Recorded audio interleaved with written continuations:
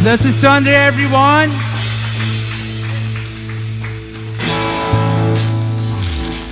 This Sunday, everyone. Sige po, as we start, can you just greet somebody, shake someone's hand, hug somebody. Sige nga. Batiin niyo po sila ng good morning. Pati sa ating mga online viewers, mention someone today. Hallelujah, hallelujah.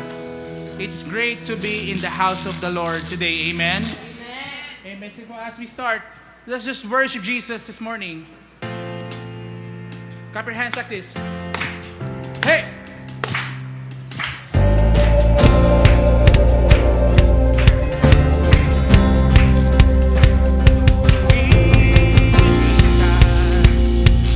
Diyos ng langit at ng lupa,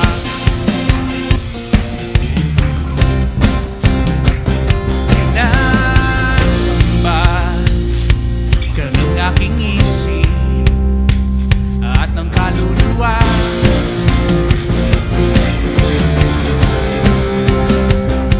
Purihin ka, Diyos ng langit at ng lupa.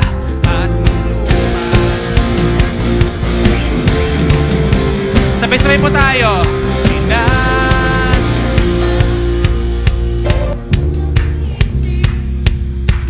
At ng kaluluwa sa iyong mga kamay ang aking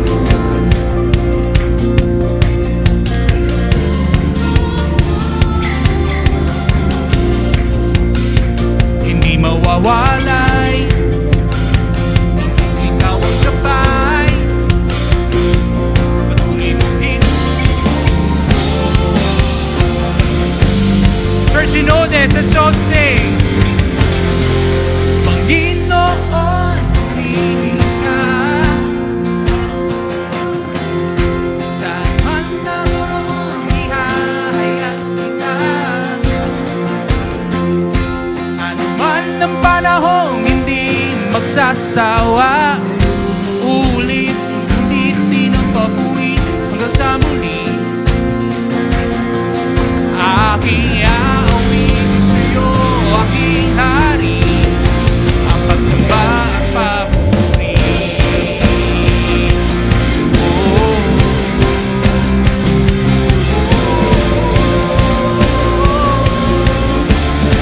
Sabay-sabay. Diyos ng langit at ng lupa,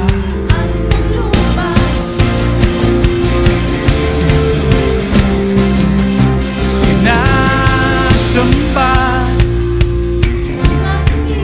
at ng kaluluwa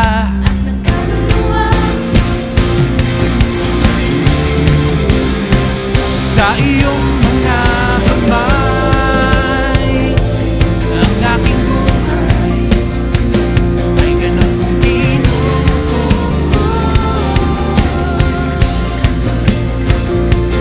mawawalay dahil ikaw ang kapal. Patuloy mong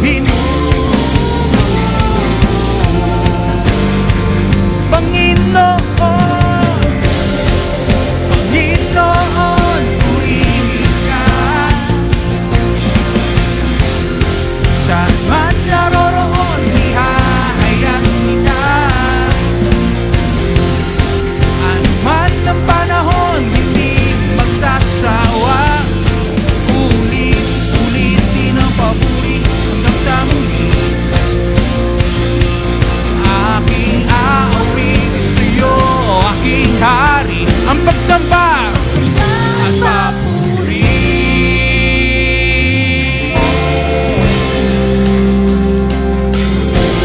Diba sabay sa natin purihin siya?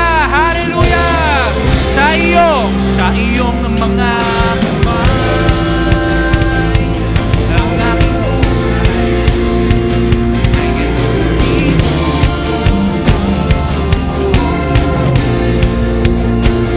Di mawawalay dahil ikaw ang kapal.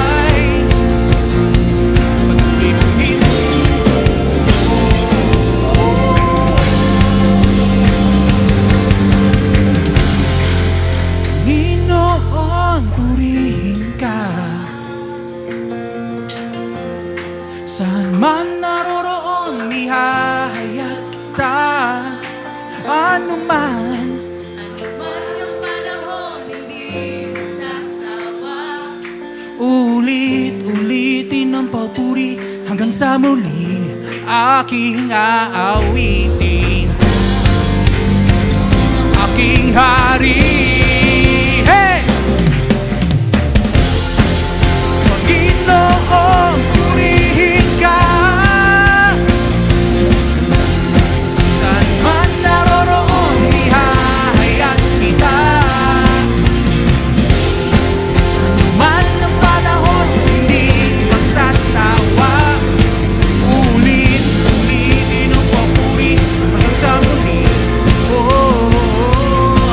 Aking aawitin sa'yo, aking hari. Ang pagsamba at papuri. Ang pagsamba at papuri. Purihin ka. Isang malakas na palakpak sa ating Panginoon ngayong umaga. Hallelujah!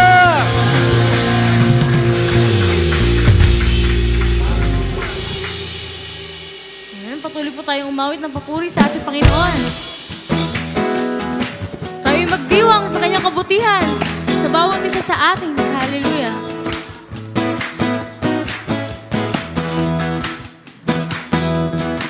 Umaawit, nagpupuri, nagdiriwang ang lahat. Papuri kay Yahweh, Yahweh, Yahweh. Napakalapit sa presensya mo, nagpupugay ang lahat. Papuri kay Yahweh,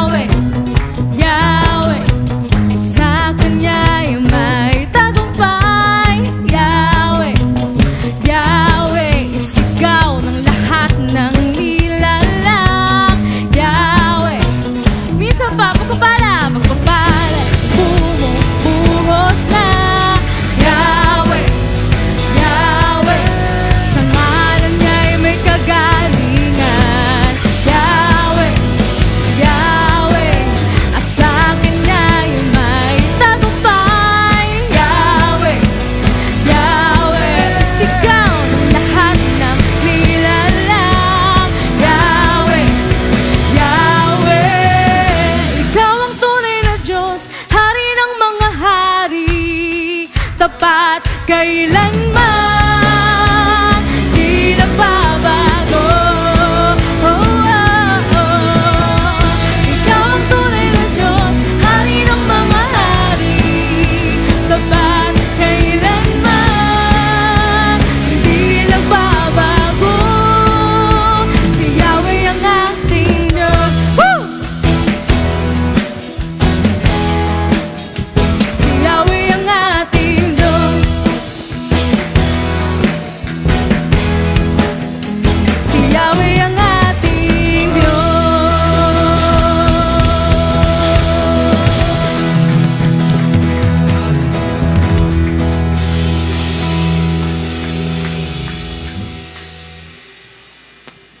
Praise God. Napakasarap magpuri sa Panginoon, mga kapatid. Amen? Hallelujah. Sa gitna po ng lahat ng mga nangyayari ngayon, mayroon tayong sandigan na ating matatakbuhan. Amen? Sabi po sa Psalms 46 verse 1, God is my refuge and strength, a very present help in trouble. Hallelujah. We can run to Him and we are safe. Bigyan pa natin ng isang magandang palakpakan, Panginoon. He deserves our praise. Praise God. Amen. Let us worship the Lord as we sing this song.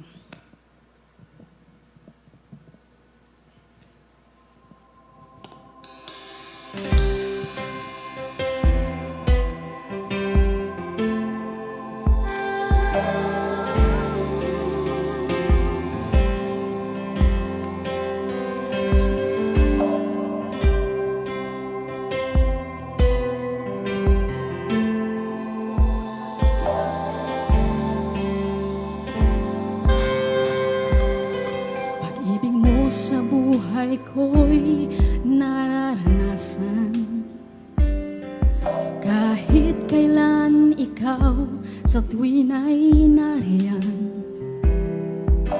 tumutugon sa aking mga tanong.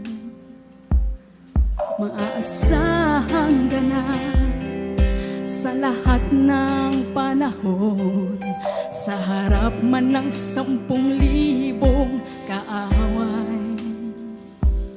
Mga anghel mo ay laging handang nagbabantay.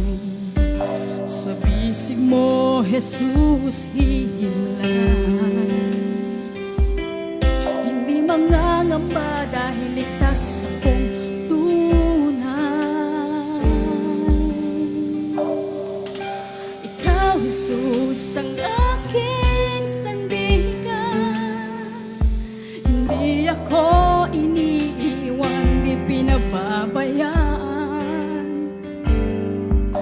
Ikaw, Jesus, ang aking sandigan.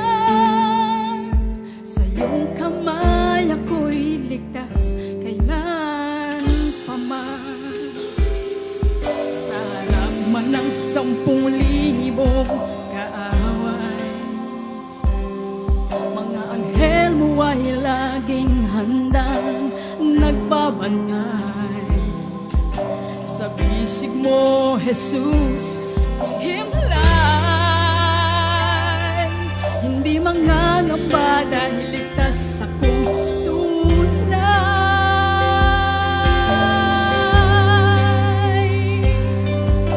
Ikaw, Jesus, ang aking sandigan. Come on, let's sing this song.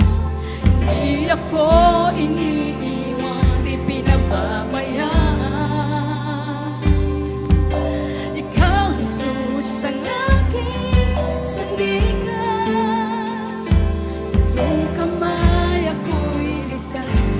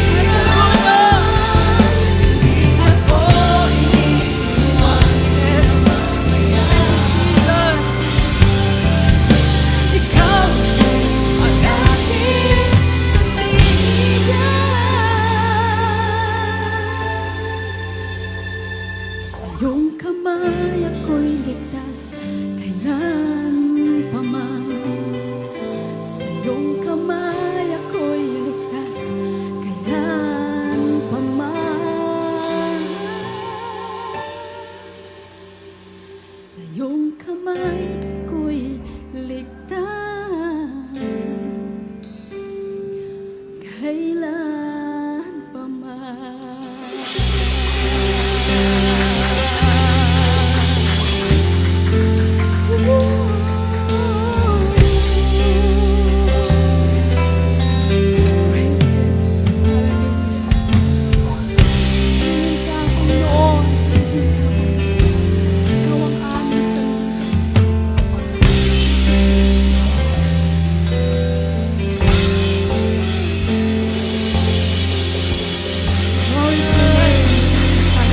Come on, let's worship Him.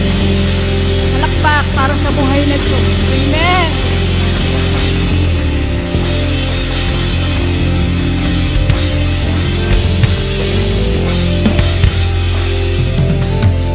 Amen. Hallelujah.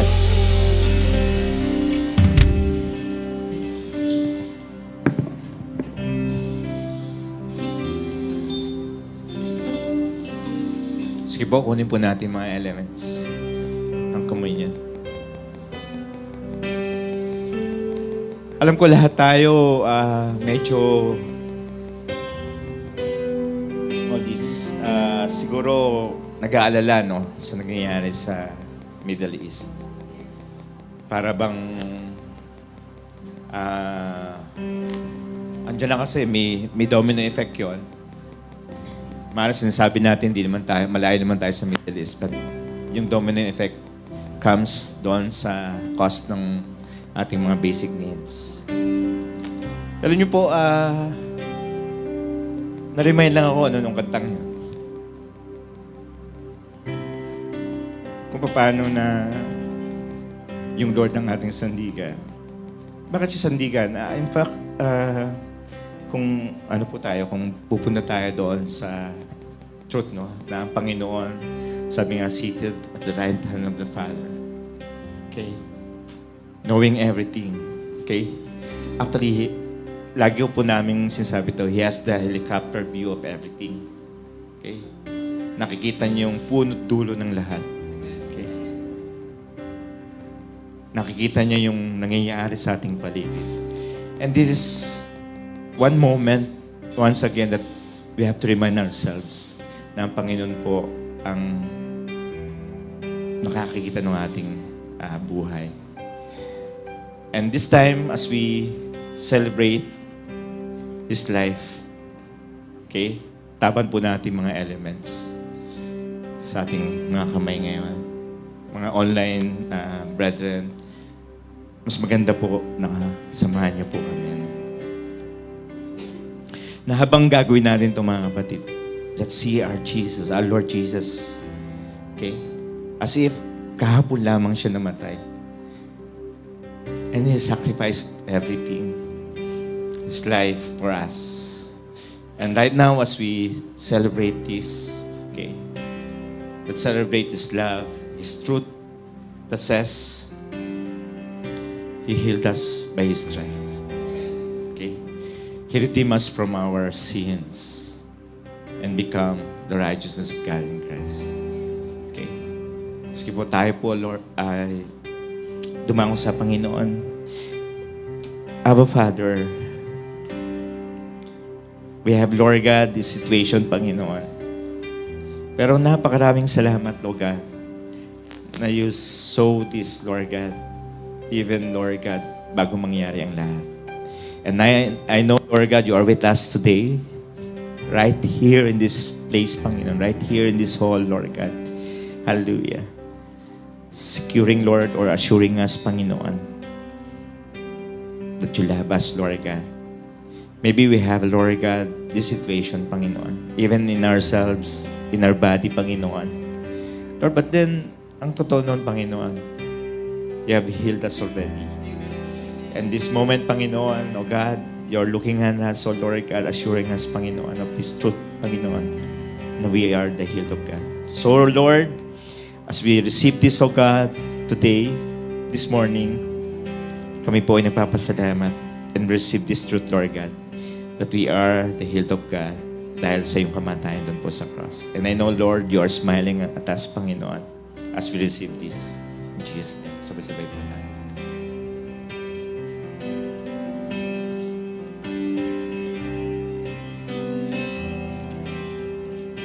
Harabakanda babashende.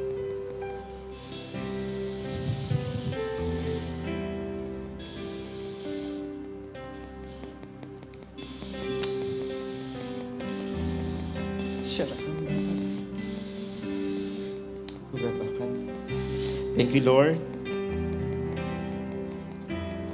sa kapatawaran ng aming mga kasalanan, Panginoon. We may have fear. We may have worries, Lord, in our lives, in our heart today. Pero salamat, Panginoon, that even this, Lord God, you bore this on the cross, Panginoon. The divine exchange, oh God. We don't have any reason, oh God, to be righteous because we are sinners then, oh Lord. But Lord, dahil sa iyong kamatayan sa cross, you became sinner. And we became righteous, oh God. Salamat ng marami, Panginoon. Na sa umagang to, we can celebrate, Lord God. Lord God, we see, Lord, ourselves righteous before you. Salamat, Panginoon, sa kapatawaran ng mga kasalanan namin. We bless you, Lord God. And Lord, I know, again, you are smiling, Panginoon, as you look at us, Panginoon, today. Because, Lord, we captured, Lord, in our hearts, O Lord God, the truth na Panginoon, kinamatay para po sa amin upang kami, Panginoon, ay tubusin sa aming mga kasalanan. Salamat na marami, purihin ka, luwalhatiin ka. Ito po ang aming panalangin sa pangalan ni Jesus. Sabay-sabay po.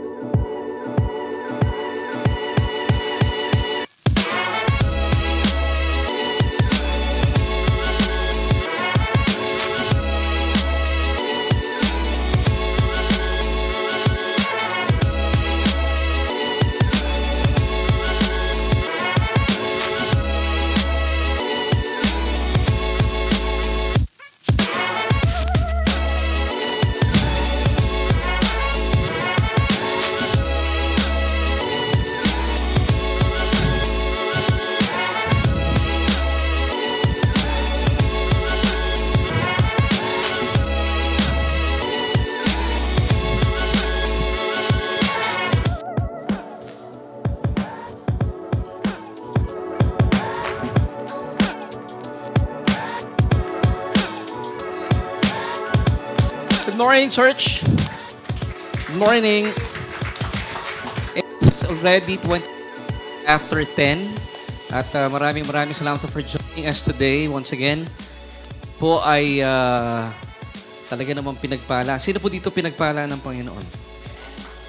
Ayan. Sabi mo sa katabi mo, you are greatly blessed. Amen. And highly favored. And you are deeply loved by God. Amen. Harapan din natin ang Panginoon sa buhay na ating praise and worship team. Amen. Pinaunahan tayo nila Ate Chi, si Ate Jackie, si Aves, si Arian, si Kuya Makoy, at meron tayong si Kuya Arnel. Salamat, Kuya Arnel. At kasama ka namin. Siya po ang butihing kapatid ni Ate Amel since birth. Yan. At ako po excited with the message today. It's the second Sunday of March. March 8, no? Tama po ba yung aking date? It's March 8, 2026. At alam ko po na bawat isa sa atin, even though this world is getting darker and darker, but the truth is, ours is getting brighter and brighter and better and better. Amen. Amen. Yung pong pananampalataya natin. Bagaman meron pong napipintong pagtaas ng mga produktong petrolyo. Sabi nga nila, napakapalad daw naka-EV. Alam mo yung EV, mga EO. EO, no? May mga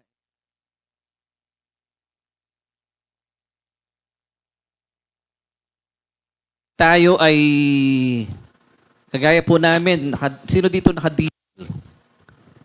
Naka-diesel, at Presi diesel kayo, no? Ang kanila pong pagtanaw next week ay nasa 20 and 10 centavos ang itataas. Ang gasolina naman ay 10 pesos, 0.80. Mas mababa ang gasolina, no? Kung pwede ko lang lagyan yung aking lalagyan ng gasolina. Pero despite po sa mga balitang yan, huwag kayong mag-alala because atin po mga anak ng Diyos, hindi tayo pababayaan ng Diyos. Di ba sabi niya, I will never leave you nor forsake you. Kasi po, ito po, hula na talaga ng Biblia and we believe that, ako personally, I believe that we are in the last days. Hindi ka lang nasa last days, sa end times na po tayo. At ito po mga nangyayari ito are just birth pangs. Ito po yung, kumbaga sa mga anak, yung mga paghilab na ng kanyang ng tiyan dahil nalalapit na po ang pagdating ng ating Panginoon to save us from this fallen world. Amen? So mga kapatid, kahit malungkot ang kinakaharap ng mundo, kasi ang crisis ay buong mundo, pero ang difference po sa ating mga mananampalataya, hindi po tayo nakakangiti lang dahil, Pastor, kailangan umiti. Hindi. Umingiti tayo because meron tayong pag-asa sa Panginoon. Amen? Sige nga, ngitian niyo yung mga katabi niyo para kayo. Parang kakakain nyo lang ng maasim na suka Yan, sige nga, ngitian nyo. Ate Chi, bigyan mo kami matamis na smile. Yun, no? Na-miss natin si Ate Chi, no? And by the way, sa mga nanonood sa atin, last Sunday, kami po ay nagkaroon ng baptism and congratulations sa mga newly baptized. At the same time, nagkaroon din kami ng family day at nagkaroon po ng katuwaan. Na-miss natin si Ate Chi dahil swimming tayo Kaya lang lagpas 5 feet. Nakatingkayad nga ako Talagang masaya. Pero ang saya po talaga at salamat sa Panginoon. We're looking forward sa isa pang gawain na ganon. Amen. At next week uli. Hindi natin nakasama sila Aling Presi But ang saya po nun. And today, pag-usapan natin still, dahil ang atin pong theme for this year is My God, My Abba. Gusto ko pong pagyamanin sa ating mga isipan yung hindi lang basta simpleng pagmamahal sa atin ng Diyos, kundi yung nag-uumapaw ng pagmamahal sa atin ng Diyos. Nang sa gayon, kapag alam natin na tayo po'y mahal na mahal ng Diyos, hindi natin pipigilin ang ating mga sarili at hindi natin pipilitin na mahalin siya back. Sabi ng Biblia in 1 John chapter 4, verse 19, we love, actually in the original Greek, walang him We love. Natuto tayo magmahal because He first loved us. Siya po ang initiator. Kaya tayo natuto magmahal. We love Him, vertically speaking, because He first loved us. Siya pa rin po ang nagsimula. Tayo po ang papel natin. Tayo po ay recipient lang. Amen. Ang sarap ng tumatanggap. At dahil tayo po itatanggap, kayo po ba'y handa na tumanggap ng salita ng Panginoon? Sige po, tayo po muna manalangin. Abba, we thank you once again for this day. Kami po ay dinako mo sa iyong tahanan. It's the safest place para sa iyong mga anak. At Panginoon, habang ang mundo po ay dumidilim dahil po sa mga kaguluhan sa gitnang silangan. Pero naniniwala po kami na kami po ay sadyang pinagpala mo na. At patuloy pong pagliliwanagin mo ang aming mga kaluluwa at isipan sa aming pong pakikinig na iyong salita. At Panginoon, sa aming mga papakinggan, anuman pong duda, pag-aalinlangan, at takot at pangamba, ito po'y papawiin mo na yung sakdal na pagmamahal. And Lord, I pray that you would use me as your mouthpiece. At patuloy po naming pagningasin at pagyamanin sa aming mga kaluluwa ang nananagana mong pagmamahal. Nang sa gayon, anuman pong takot ay papawiin po nito. And Lord, this we pray with thanksgiving in Jesus' name. Amen and amen. So gaya po ng sinabi ko kanina, pag-uusapan natin na isa na naman pong pag-aaral na kung saan ay gusto ko pong i-magnify sa bawat sa atin na kayo po ay hindi lang basta mahal ng Diyos. Kasi pag sinasabi natin mahal tayo ng Diyos, alam niyo po yung pinaka-solidong ebidensya na tayo po ay mahal ng Diyos, tayo po ay pinatawad sa ating mga kasalanan. Yung forgiveness ni God, it's hindi po siya exclusive lang sa iilan. Hindi po. Ito po ay inclusive. It's for everyone. Now, para po ma-enjoy yung kapatawaran ng Panginoon, depende po sa inyong pagtanggap sa Kanya. Pero pag hindi nyo tinanggap, hindi nyo po ma-enjoy. Parang maganda pong illustration dito ay nagluto po ng pansit si Nanay Rosemary. It's for everyone. Hindi naman po siya nagpaparinig ako, no, Nanay, no? Ba't nga ba pansit? Pero yung dalang ulam ni Nanay nung Sunday, ang sarap. Higado, nung kinain ko, napahigado talaga ako. Sarap. Higado na lang. Ang sarap talaga na eh. Kaya lang hindi kami nakapag-sharon eh. Masarap talaga yung higado. It's for everyone. It's inclusive. Now, sino po makakapag-enjoy ng higado? Sino nakakain ng higado? Diba? Now, sino yung mga hindi nakakain? Sayang. So kami lang ang naka-enjoy. Ganon din pong kaligtasan. Mag-i-enjoy lang at talagang lalasapin ang sukdulang kapatawaran ng Diyos sa mga nanampalataya at tumanggap kay Kristo. Amen. At ngayon po, I believe, tatanggap po tayo ng isang maayos na pag-aaral dahil ito pong topic na ito ay kinatatakutan ng maraming mananampalataya. So meron tayong question of the day, pero sususugan ko po yan ng ikalawang katanungan para lalo po kayo ma-inlove sa isang Diyos na unang nagmahal sa atin. Sino po dito ready na ma-inlove sa Panginoon? Amen? Talaga naman pong kaka-inlove ang Panginoon. And atin pong question for the day ay may kinalaman sa ating titulo. Who caused Job's sufferings? Sino ba talaga ang nasa likod ng pagdurusa ni Job? Kilala niyo po si Job. Sa mga naghahanap ng trabaho dyan, kilala siya. So this is our question for today. Did God allow Satan to harm Job? Hinayaan nga ba o pinayagan ba ng Diyos na saktan ni Satanas si Job? Did God allow Satan to harm Job? Kasi ito po yung question na talaga namang hindi po masagot ng mga mananampalataya. Even po ang maraming mga tagapagturo din na nalulungkot ako. Sana iilan lang. Pero ang sagot po nila dito ay yes. Ipapatunayan po sa atin ang salita ng Panginoon at alamin natin ano ba talaga ang tunay na kasagutan. And of course, ang isang follow-up question dito ay, yung bang nangyari kay Job, ay pwede mangyari sa ating mga mananampalataya. Napatanong na ba kayo sa question na yan? Yung nangyari kay Job, yung kanyang pagdurusa, pwede ba mangyari ito sa atin? Alam niyo, nagkaroon po ako ng survey nung araw. Nung first time ko pong itong ibinahagi sa church. This was long time ago. At nakakalungkot. Marami pong mananampalataya. Online nag-survey ako. Sabi nila, of course. Now, alamin natin. What does the Bible say about itong question na ito? At kapag nasagot po ito, base sa salita ng Panginoon, magkakaroon tayo ng comfort. Kasi ang salita ng Panginoon gives us comfort, di ba? Nakakapagtaka nga lang po sa panahon ngayon, pag pinag-uusapan ng rapture, ayaw na ibang mga tao, nagagalit. Pero sabi ng 1 John 4:18, pag kayo daw po inaliligalig, pag-usapan ng rapture, sabi doon, therefore comfort one another with these words. Amen. Pag inuusapan natin ang pagmamahal ng Panginoon, and I believe the rapture of this church speaks about God's perfect love towards His children. Kasi, pag nagkagulo na po dito at talagang bago po ibuhos ng Diyos ang kanyang puot at galit sa mundong ito, ililigtas po niya through the rapture of the church ang kanyang mga minamahal anak. Tayo po. Kayo po ba excited na for the rapture of the church? Sa mga nanonood online, pakilagay on amen kung kayo po excited. Sa mga hindi naniniwala, nire-respeto ko po yun. But ako, I firmly believe that soon and very soon, tayo po, we will be going up. Amen. At excited na ako.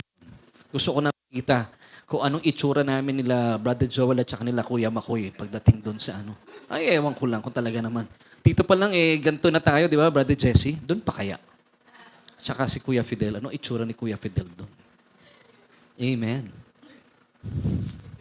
Buti wala si Ate Chi, oh. Walang side comment na, no? Kay Papa. Oh. So, sa pagsisimula, alamin natin nakahulugan ng salitang allow. Kasi yung question natin kanina, did God allow Satan to harm Job? So alamin natin sa Tagalog o sa Pilipino, ano yung allow sa Tagalog? Payagan, pahintulutan, hayaan, at may pagkakasundo. Alamin naman po natin nakahulugan ng salitang allow sa English. To permit, to authorize, to give in, to regard, let, and consent. So I pray naging malinaw sa atin para magkaroon tayo ng idea, did God really allow Satan to harm Job? Kasi kung ito po ay may katotohanan para sa akin nung pinag-aaralan ko po ito, long time ago pa. At kasi nga po, ako kinalakihan ko po ang katuruan na, yes, God did allow Satan to harm Job. So ibig sabihin, may konsabahan sa pagitan ng Diyos at saka ni Satanas. Parang pumapapel si God bilang the good cop and si Satan as the bad cop. So parang, naalala nyo yung kwento ni, o yung pelikulang The Truman Show ni Jim Carrey? Kaya marami po mga tao ang nagagalit sa Diyos kasi parang pinaglalaruan daw ng Diyos ang buhay ng tao. At naalala ko, yung pelikulang yon, kamakailan lang napanood ko yung mga clips niya. Yung pangalan po ng direktor, nakalimutan ko yung gumanap doon eh. Alam mo yung pangalan ng director doon? Sa Truman Show? Si Christoph. Parang bitin na Christopher. Christoph. Ano pangalan mo? Parang sasabi mo, ako nga pala si Gary Valencia. Okay, si Martin Yeve. Siya si Christoph. It's a type of Christ. Kaya galit na galit si Truman doon eh. So, yun po yung pinapalabas ng pelikula. Pero, did God allow Satan to harm Job? Now, if this is true, nakakatakot po ito. Ibig sabihin, meron silang pagkakasundo. Going back to the definitions ng word na allow, to permit, to regard, to authorize. So, inauthorize po ba ni God, Satan, para saktan itong si Job? So, mga kapatid, ngayon pa lang po, alamin na natin. Ano? Personally, and through a deep study about this topic, hindi po pwedeng mangyari yun. Because wala pong kabuktutan sa puso ng Diyos. Amen. Sabi po ng Psalm chapter 5 verse 4, for you are not a God who takes pleasure in wickedness. Do you say amen to this, church? Amen. Nor shall evil dwell with you.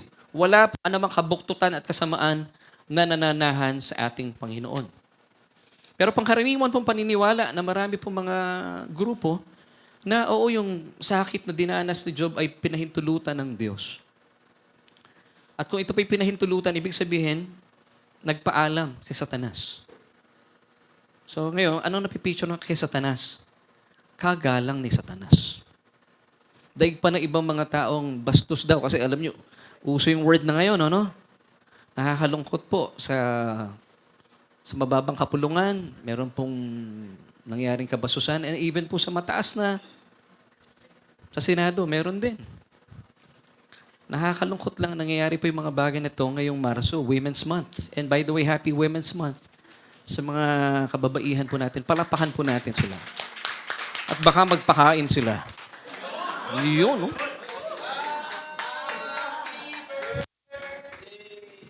Now, if Satan asked permission from the Lord to harm Job, does Satan need permission before he inflicts sicknesses, diseases, and even tragedies to anyone? Nagpapaalam pa po ba ang diablo? Remember, sabi ng John 10 verse 10, the thief does not come except to steal, kill, and destroy. Di ba? Sabi nga nila, sabi ng kasabihan, ang magnanakaw, kakambal ng sinungaling at ang sinungaling kapatid. Actually, kapatid na nga ng magnanakaw. Now, let me ask you, meron bang magnanakaw na nagpapaalam? Sister Lai. Sister pa daw, ano? Sister Lai. Pwede ho bang nakawang kayo sa bahay niyo mamaya habang wala kayo? Sasabihin naman ni Sister Lai, ano ba darating? Sana yung wala kami. Meron ba kayong kilalang magnanakaw na nagpapaalam? Naalala niyo yung sa eksena sa Wow Mali? Pag akit niya sa jeep, magandang araw po sa inyo mga kaibigan, mga kababayan. Pwede ko po ba kayong hold upin? Sige lang po, tawagan niyo lang po ang pulis. Narito lang po ako. Napakagalang po na hold upper nun.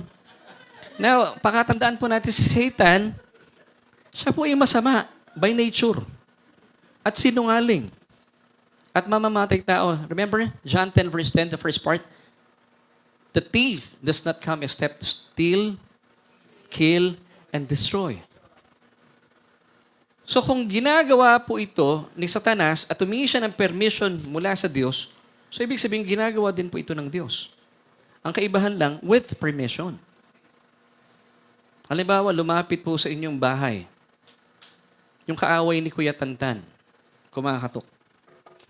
Magandang araw po. Nandiyan po ba si Nanay Rosemary? Ako po. Nanay Rosemary, galit po ako sa anak nyo. Pwede ko po ba siyang saktan? Sabi naman ni Nanay Rosemary, malaya ka. Huwag mo lang siyang papatayin. Ganun po ba gagawin nyo, Nanay? Alam nyo kung gagawin ni Nanay yon at narinig ko, kunwari kapitbahay ko siya, isusumbong kita kay Tulfo. Kasi mali iyon. Isusumbong ko. Hindi na po bata si Natnat. Bantay bata. May edad na po yun. Malapit na nga ikasalin. Teacher eh.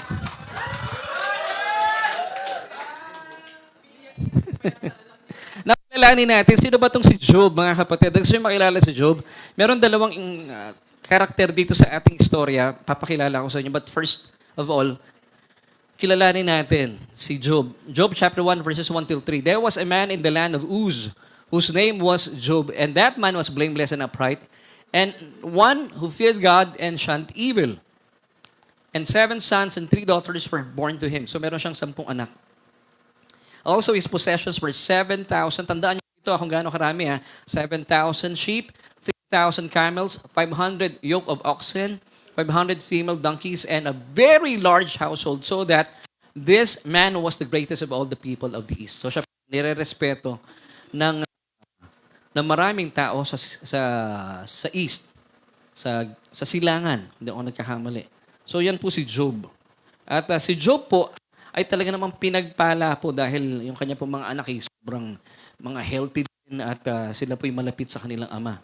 Now, bakit po kaya niya naranasan po ito?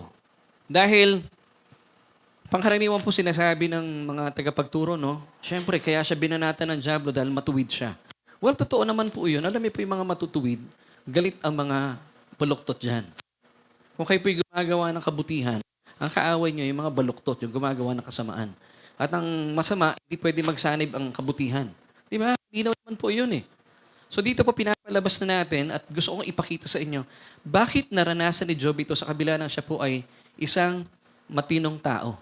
Now, alamin po natin, ito po ang katotohanan. Mababasa po natin na si Job ay isang lingkod ng Diyos.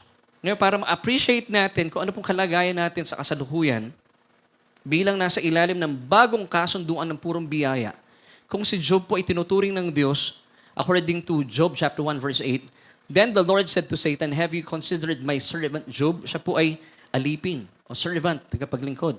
Now, tayo pong mga nasa ilalim ng kasunduang ito, purong biyaya, alam niyo po ba ang turing sa atin ng Diyos? Hindi po tayo alipin. Hindi tayo basta servant. Yes, naglilingkod pa po tayo, pero first and foremost, tayo po yung mga anak ng Diyos. Amen. Yun po ang difference natin. So pag nakita natin si Job, alipin siya, tagapaglingkod ng Diyos, according to Job chapter 1 verse 8, pero tayo po, we are greatly blessed and highly favored. Why? Because sabi po ng 2 Corinthians chapter 6 verse 18, I will be a father to you, and you shall be my sons and daughters, says the Lord Almighty. Sino mismo nagsabi? para panghawakan natin. Na tayong mga nanampalataya kay Kristo ay mga anak ng Diyos. Tingnan niyo po yung katabi ninyo. Anak yan ng Diyos. Di ba? Yun po ang blessing natin. So makita niyo ang difference natin kay Job. So sa panahon natin sa ngayon, to answer the question, pwede ba mangyari, ito yung second question na, pwede ba mangyari sa atin bilang mga anak ng Diyos yung mga pagdurusang naranasan ni Job? Marami mananampalataya po sa they believe. Pwede. Now, let me tell you, this is good news. Si Job po, naunang nabuhay before the time of Abraham and Moses. So bilang nauna sa kanila, si Job po ang masamang balita, hindi po siya kabilang sa anumang kasunduan. So wala siyang covenant. Samantalang po, we belong to a superior covenant, which is the covenant of pure grace, which was established upon the death of Christ on the cross. Sa panahon po ni Job, wala pa pong namamatay na mediator. Wala pang Jesus. But in our time, praise God, 2,000 years ago, Jesus was hung and crucified para po sa atin. And through His death, the new covenant of pure grace was established. So talagang ang laki po ng difference natin. Kaya kanina, sa pagsisimula, gusto kong maalala nyo that we are greatly blessed, not just greatly blessed, highly favored, and deeply loved by God. Ayun, I believe. Si Job din po ay deeply loved by God. But the thing is, para ma-appreciate natin ang kwentong ito, si Job po ay walang kabilang na kasunduan. Because nauna pa po siyang isinilang kay Abraham. At kay Abraham, kung nauna siyang isinilang, di niya naranasan ang Abrahamic Covenant. At kasama po sa Abrahamic Covenant, yung protection. Basahin natin Genesis 15 verse 1. After these things, the word of the Lord came to Abraham in a vision, saying, "Do not be afraid." Why? "I am your shield, your exceedingly great reward." So hindi niya naranasan po ito. And then, of course, kung hindi niya naranasan at di po siya naging kabilang sa kasunduan ni Abraham, lalo takit hindi niya naranasan yung kasunduan at di po siya napabilang sa Mosaic Covenant. Kasi nauna siyang ipinanganak sa dalawang ito. At meron pong magandang protection doon sa Mosaic Covenant. In Deuteronomy 28 verse 7, "The Lord will cause your enemies who rise against you to be defeated before your face." Nakakalungkot, no? So, ibig sabihin, si Job din, nakabuyang-yang po siya sa dyablo. Hindi magandang balita sa part niya yun, ano? But kumpara po sa atin, tayo po sobrang mas pinagpala sa mamang ito. Bagaman, siya po ay napakayaman. But alam natin na ang dami pong nawala sa kanyang mga properties and even po buhay ng kanyang mga anak. Now, tayo po, sa panahon natin sa ngayon, bilang mga mananampalataya ni Kristo, tayo po ay kabilang mas matinding at mas superior na kasunduan. Bagaman si Job, wala siyang kabilang na kasunduan. Saan naman lang kasama siya doon sa Abrahamic Covenant or sa Mosaic Covenant, nakasama po protection. Alam niyo po ba, sabi ng Hebrews 8 verse 6, "But now," come on church, do you see this? "Now, but now, He has obtained a more excellent ministry, inasmuch as He is also mediator of a better covenant." Sino po yung mediator dito? Si Jesus. Amen. "Which was established on better promises." Wow. So mas matindi yung covenant na kabilang tayo. May protection na, may provision pa, may healing pa. Amen. Palapaan natin ang Panginoon. Kaya po yung song natin kanina, Sandigan. Alam niyo po ba sino nagsulat ng song na Sandigan? Si Brother Joel. Si brother / Pastor Joel ang nagsulat nun. Kaya napapanahon yung song eh. Di ba? Bakit natin sabihin sandigan natin ng Panginoon? Because sa panahon natin ngayon, under the new covenant of pure grace, kabilang po sa mga benefits natin, God's protection. Amen. Kaya naman makakasandig ka talaga sa Panginoon eh. God's provision. Lalo sa panahon ngayon, magtataasan po ang presyo ng produktong petrolyo. Sana kami na lang po ang tumaas. Sana. May amen ka naman, babes. And, isa pa maganda, may kasama pong healing. At sa mga kailangan po ng healing, say amen. Receive this. Healing. Amen. So yun po yung benefits natin. Plus, meron ka pang forgiveness. Wow! Talaga naman. Remember Psalm 103, verses 1 to 3, Bless the Lord, O my soul, and forget not all His benefits, who forgives all your iniquities, who heals all your diseases. Ganito tayo ka-bless kumpara kay Job. 2 Corinthians chapter 1, verse 20, For all the promises of God in Christ are yes, and in Him amen to the glory of God through us. Lahat po ng promises ng Diyos, from Genesis to Revelation, minus the curses, it belongs to you, child of God. Wala ito nun si Job. Kasi wala siyang covenant. Yun po ang problema sa mga naunang ipinanganak. Sino dito yung mga naunang ipinanganak? Pwede yun, yung mga kakaiba naman yun, na bibilan sila ng bagong damit. Kawawa yung sumunod. Yung mga pinagkalakihan, napupunta sa kanila, ano? Amen. Sundan pa po natin. Bakit tayo blessed, mga kapatid? Protection, church. Alam niyo po ba, dahil po sa mga tinapos na gawa ni Kristo sa krus ng Kalbaryo, wala na rin pong kapangyarihan ng kamatayan laban sa atin.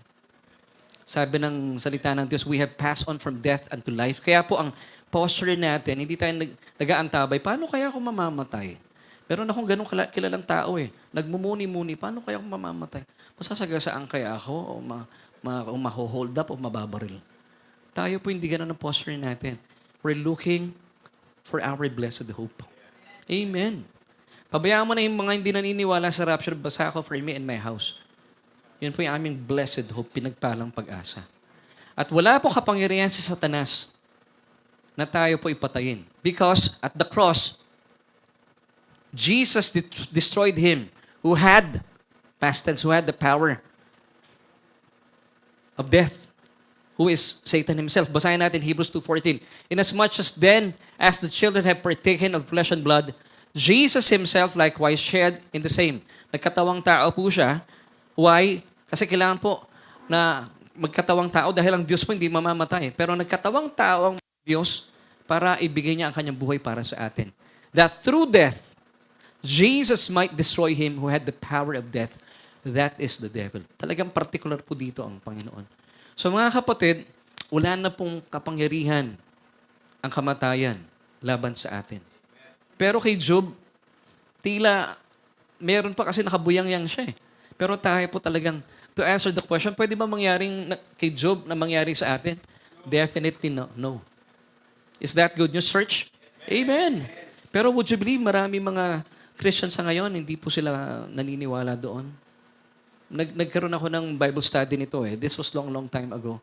Talaga naman may bumabanat sa akin basher. Sabi niya sa akin, tell it to the Marines. Ngayon ko naalala, yun ba yung 18 na Marines? Parang napaisip ako dun sino yung mga Marines na yun eh. And 1 John chapter 4, verse 4, You are of God, little children. Wow, tayo tingin sa atin ng Diyos, little children, and have overcome them because He who is in you is greater than He who is in the world. Amen. Wow. Alam niyo kung bakit tayo po ay mas makapangyarihan at wala pong panama ang kalaban sa atin?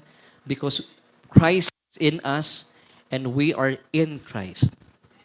You know the word in, I-N? It's a preposition of location. Ano ibig sabihin nun? It tells you where you are.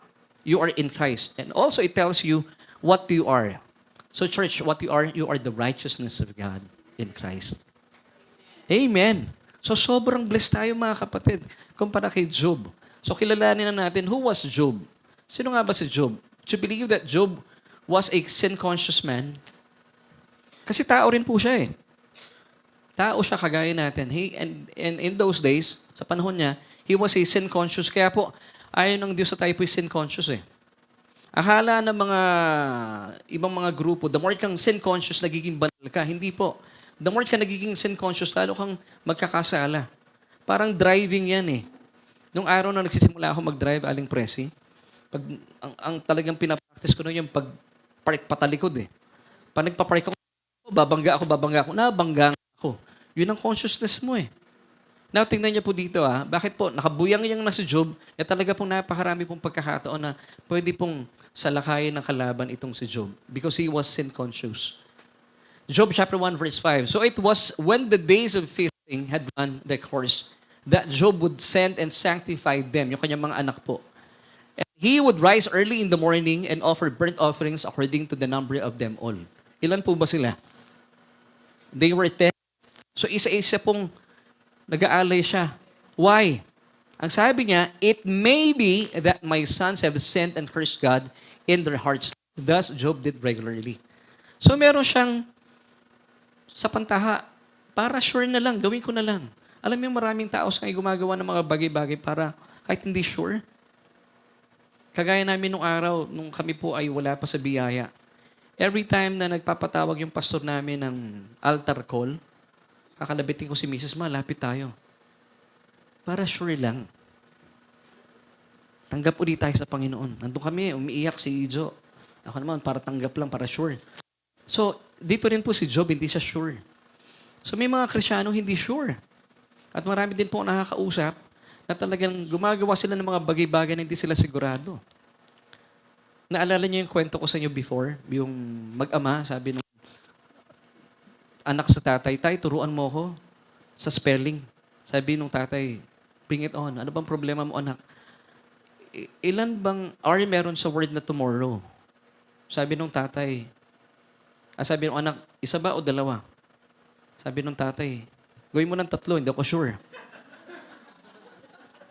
Marami mananampalataya, ganun. At ito po ginawa ni Job ito, it may be, having that, my sons have sinned and cursed God in their hearts. So, baka lang. So, gawin na natin. So, ba't niya po ginagawa ito? Because he was sin-conscious. Ikalawa, Job was a warrior. Sino dito mga warrior? A warrior. At least may umamin, ha? Pero maganda, pagiging warrior, gawin nating warrior tayo. And then, si Job din po, was an overthinker. Yung bang napapaisip na hindi pa nangyayari, he was expectant of those bad things to come. He habitually dwells on thoughts, ideas, and problems to an excessive degree. Na paano ko nasabi ito? Meron pong verse, Job chapter 3, verse 25. For the thing I greatly feared has come upon me, and what I dreaded has happened to me. Sa Tagalog, ang kinatatakutan ko ang siyang nangyari sa akin, at ang pinakaayawan ko ang dumating sa akin. Remember, may mga ganitong tao?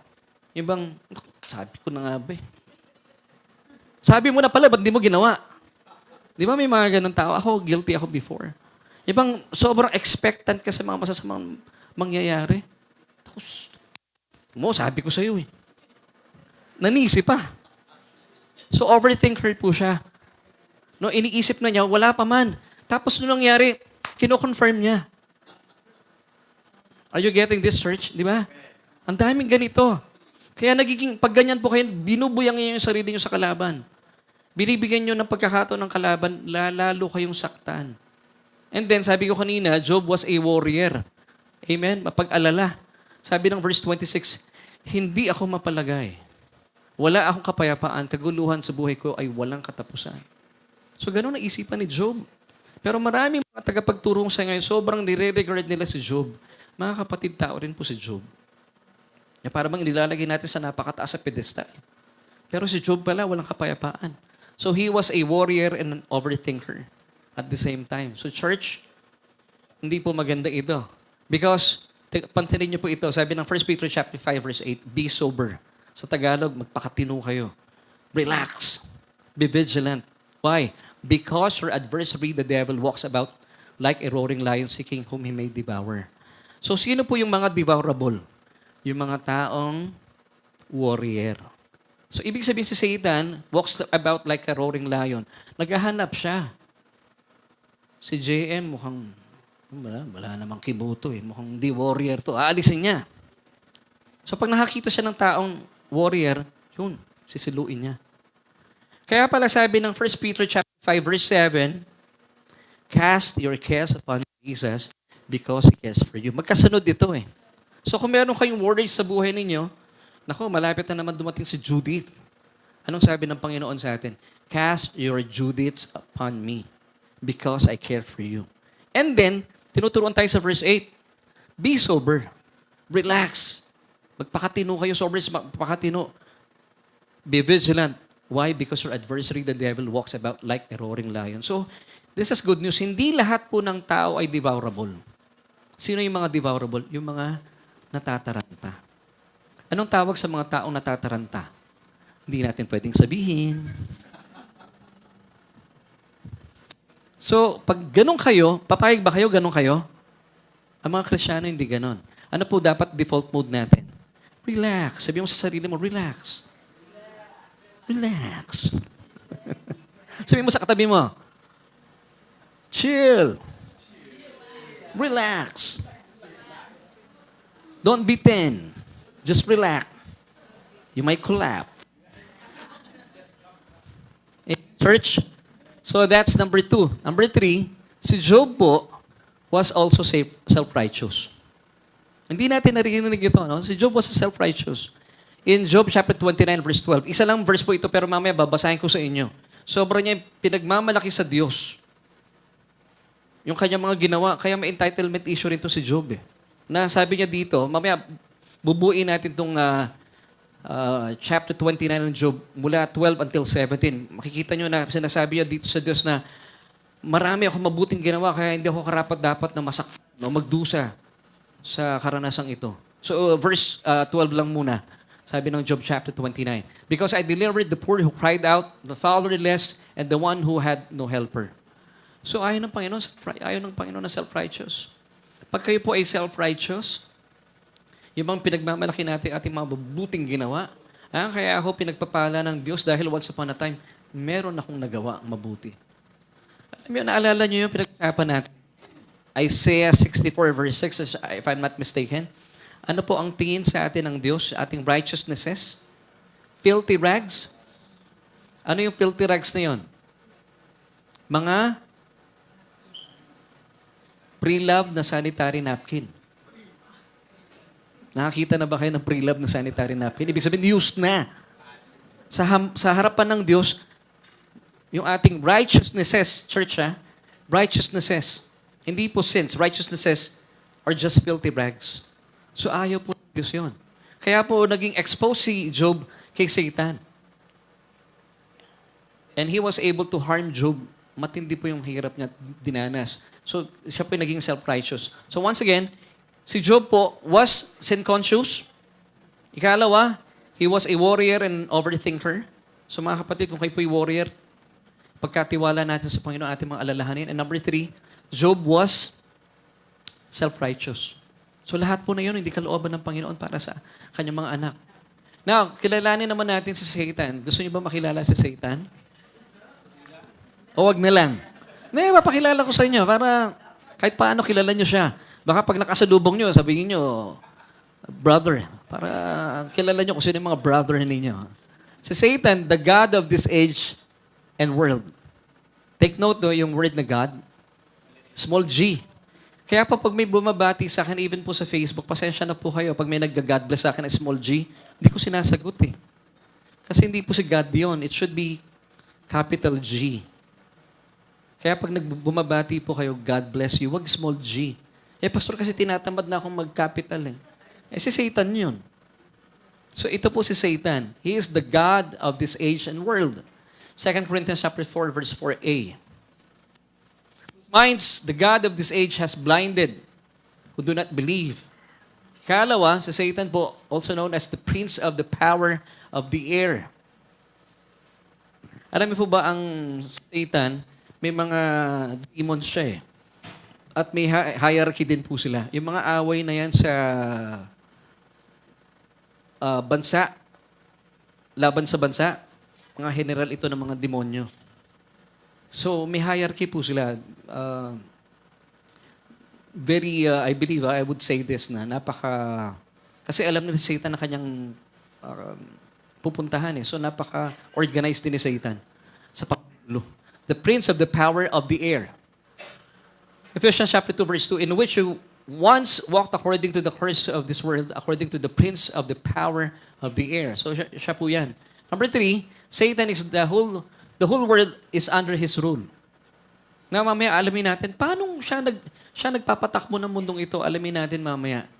1 John 5:19, we know that we are of God and the whole world lies under the sway of the wicked one. Ikalawa, he is known also as the wicked one. Kaya po si Satan masama, hindi po siya mabuti. Amen, church. 1 John 5:19, the wicked one. Number 5, Satan is the accuser of the brethren. We also call it mga sulsultant. Mga sulsulero. Alam mo yung mga ganun tao, di ba? May mga ganun. Yun din si Satan. May pagkakataon po sa panahon ni Job na si Satan po ay akyat manaog sa langit. Nagsusumbong sa Diyos. Pero sa panahon natin ngayon, because of the sprinkled blood of Jesus, because of the blood that was shed on the cross, hindi na po pwedeng gawin ni Satanas ngayon yan na mag-akyat manaog. So hindi na siya pwedeng umakyat doon. Yung spot na yon belongs to Adam. Kaya lang, mamaya malaman natin, paano napunta kay Satanas yung spot na yon? Revelation chapter 12 verse 10b, for the accuser of the brethren, ito po ang kanyang expertise, manulusol. Kaya kung may kakilala po kayo mahilig manulusol, sabihin mo sa kanya, ibigay mo sa kanya yung verse na ito. Magkapatid po ba kayo nitong tao? Hindi nga tao to eh. Number 6, a thief and a murderer. John 10 verse 10, the thief does not come except to steal and to kill and to destroy. John 8:44, you are of your father the devil, and the desires of your father you want to do. He was a murderer from the beginning. So siya po a thief and a murderer. And number 7, siya po a father of lies. Ama ng mga kuto. Amen? Hindi, ama ng kasinungalingan. Okay? John 8:44b, and does not stand in the truth because there is the truth in him. So, si Satanas po, walang kabutihan kay Satanas talaga. Okay, church? So, nakilala nyo na po siya. At tuloy-tuloy po tayo. Now, di ba sabi ko kanina, si Job ay nakabuyang niya ang kanyang buhay kay Satanas because hindi po siya kabilang sa anumang covenant. At ang masakit dito, yung mga hindi maganda nangyari sa kanyang buhay, noon pa man, akala niya ang nasa likod nito ay ang Diyos. Kasama na ilan sa mga kapatid natin, maraming churches nowadays, na Diyos din ang nasa likod nito. Pero mamaya po papakita ko yung verse na hindi po ang Diyos ang nasa likod sa pagdurusa ni Job. So sabi po ni Job dito sa Job chapter 6 verse 4, ako'y pinana ng Diyos na makapangyarihan. Laso ng palaso'y kumalat sa aking katawan. Galit ng Diyos sa akin ay inihanay. So ito po yung kanyang maling paniniwala about God. Now, going back to our question, did God allow Satan to harm Job?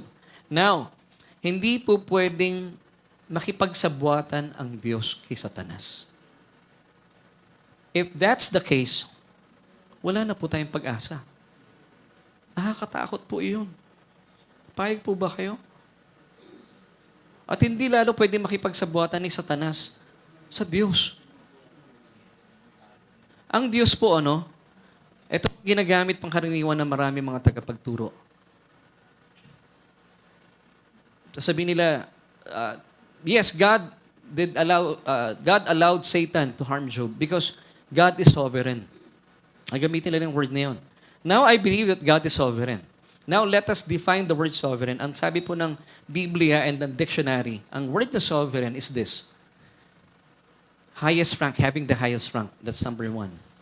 Number 2, He is the chief.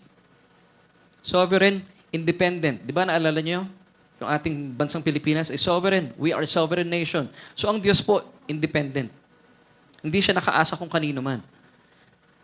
Pero it doesn't say, pag sovereign, He can do whatever He wants. And I believe He can do whatever He wants. Diyos siya eh. Pero lahat ng gagawin niya, mas makakabuti sa lahat. Hindi siya gagawa ng mga bagay na masama and then gagamitin niyo yun para sa ating ikabubuti. Hindi pwede yun. Kasi kung gagawin ng Diyos yun, kinulang na ba na mabubuting gawa ang Diyos para gumamit na siya ng kasamaan? Na-realize niyo po ba yun? Mga kapatid, parang ganito. Inisip niya, parang hindi kunwari ako ang Diyos, no? Parang sabi niya, pero hindi naman ganito ang Diyos pala, no? Ganyan ang Diyos. Parang hindi umuubra yung krus ni Kristo. Mag-isip nga ako na ibang paraan. Gaganon pa ba ang Diyos? Hindi po. Gagamit ba siya ng masama? Kagaya po sa konteksto ng ating pinag-uusapan? Para makita natin in the long run na meron siyang mabuting hangarin sa buhay ng tao. Hindi po. Wala pong kabuktutan. Meron nananahan sa Diyos. Sabi ng Psalm chapter 5 verse 4. So did God allow Satan to harm Job? Definitely no. James chapter 1:13. Let no one say when he is tempted, I am tempted by God, for God cannot be tempted by evil, nor does He Himself tempt anyone. So kung atin pong babasahin itong mga text ito found in Job chapter 2 verses 4 to 5, kasi pag binasa niyo po ito, na wala kayong overview of who Job was, mapapaisip kayo, mukhang pinahintulutan ng Diyos o nasa likod ang Diyos sa mga pagdurusa ni Job. Puntahan natin yung verse na ito. Job chapter 2 verse 5. Sabi ni Satan dito, but stretch out your hand now and touch his bone and his flesh, and he will surely curse you to your face. So parang dito, pag pinag-iisipan mo, na parang aakalain po natin na ang Diyos ang nagbigay ng sakit kay Job. So, church, be reminded that Satan is evil at gustong-gusto pong saktan ni Satanas ang Diyos. Now, para po doble niya saktan ang Diyos, anong ginawa niya? Sinasaktan niya yung mga minamahal ng Diyos. Mahal na mahal po tayo ng Diyos. Kaya po minsan, kapag nakakalusot ang kalaban, sino pong sinasaktan niya? Ang Diyos. Di ba? For example lang po ito ha. Halimbawa si Brother Fidel at saka si Teacher Nelly. Kunwari magkamag-anak si Teacher Nelly at saka si Ate Jackie. Galit si Brother Fidel kay Sister Jackie. Nang sabi niya gano'n para makaganti siya kay Sister Jackie, nanay niya si Teacher Nelly. Ang ginawa ni Brother Fidel, kinidnap niya si Teacher Nelly. Tapos nung tinatanong si Sister Jackie, sino ka? Sabi ni Brother Fidel, di mo ako makikilala, magkausap sila sa phone. Nakamaskara ako. Sabi niya, ba't mo kinidnap ang nanay ko? Kasi gusto niya saktan si Sister Jackie. Dobleng sakit. Di ba sa pelikula, anong laging sinasabi ni Sister Jackie? Ako na lang ang kunin mo, kapalit ng nanay ko. Di ba? Pero sino ka bang talaga? Sabi ni Brother Fidel, nakamaskara nga ako, hindi mo ako makikilala. Magkausap sila sa phone. Ganun pong ginagawa ni Satanas. Now, to think about. Likas po sa kalaban ng masama po siya. Pero, God is good. Satan is not. God loves you. Amen, church? Satan hates you. Now, let me ask you, church, bakit po galit na galit ang kalaban sa tao? Because we were created in God's image and likeness. And then, nakita pa ni Satanas, nung siya po yung nagrebelde, wala pong nailigtas sa panig niya at ng mga cohorts niya, mga angels niya. Pero nung nagkasala si Adan, niligtas tayo ng Diyos by sending His Son at the cross. So galit na galit ang diablo sa inyo. So sabihin mo sa katabi mo, galit sa inyo ang diablo. Pero huwag kayong matakot. Kahit magalit siya, wala kang pakialam. Wala na siyang kapangyarihan over you. Amen. God wants you well, but Satan wants you sick. So, sino nasa likod ng pagdurusa ni Job? Was it God or Satan? It was Satan. Do not be confused, church. Amen? So, who afflicted Job? Malinaw po ito. Sabi ng Job chapter 2 verse 7, so Satan went out from the presence of the Lord and struck Job with painful boils from the sole of his foot to the crown of his head. Makikita niyo po ang sakit, no? Paggaling sa kalaban, nagmumula sa paa, paakyat sa ulo. Nakikita mo galing sa lupa talaga, no? Pero ang kagaling niya nagsisimula sa ulo, pababa, hanggang paa. Ganon ang sistema ng Diyos. Pero ang kalaban, mula sa mga paa, paakyat So basically, who inflicted Job? Was it God or Satan? It was Satan himself. Amen.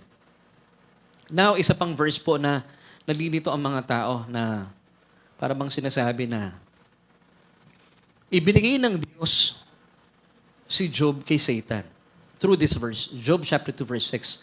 And the Lord said to Satan, behold, he is in her hand, but spares his life. Kita mo na, Laverne? So, pinahintulutan ng Diyos at ibinigay ng Diyos si Job kay Satan.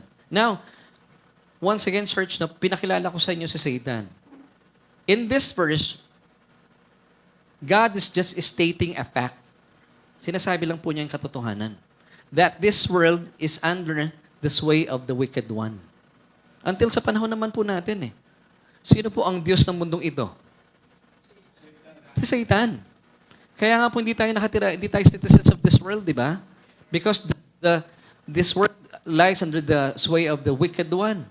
So in this verse, and the Lord said to Satan, "Behold, he is in your hand." Yes, that is true.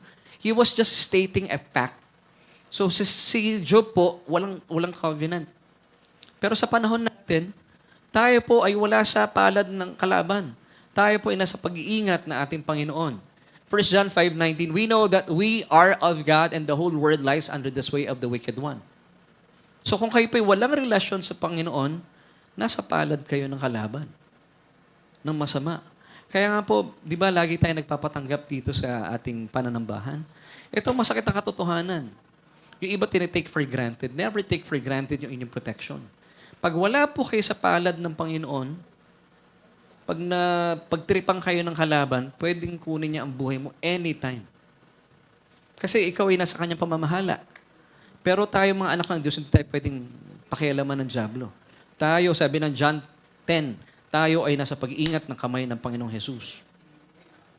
Ito yung kamay ng Panginoon. Nasa pag-iingat ka pa ng palad ng Diyos. Ebi katinding pag-iingat. Ilyado ka pa ng banal na spirito. Hindi ka na makakalabas. Sealed ka na. Sealed, ano ibig sabihin nun? Kahit hangin, hindi pwedeng lumabas. Ganon tayo ka safe, secured, because we are sealed by the Holy Spirit. Church, ganon tayo ka-blessed. Amen. Genesis chapter 1, verse 26.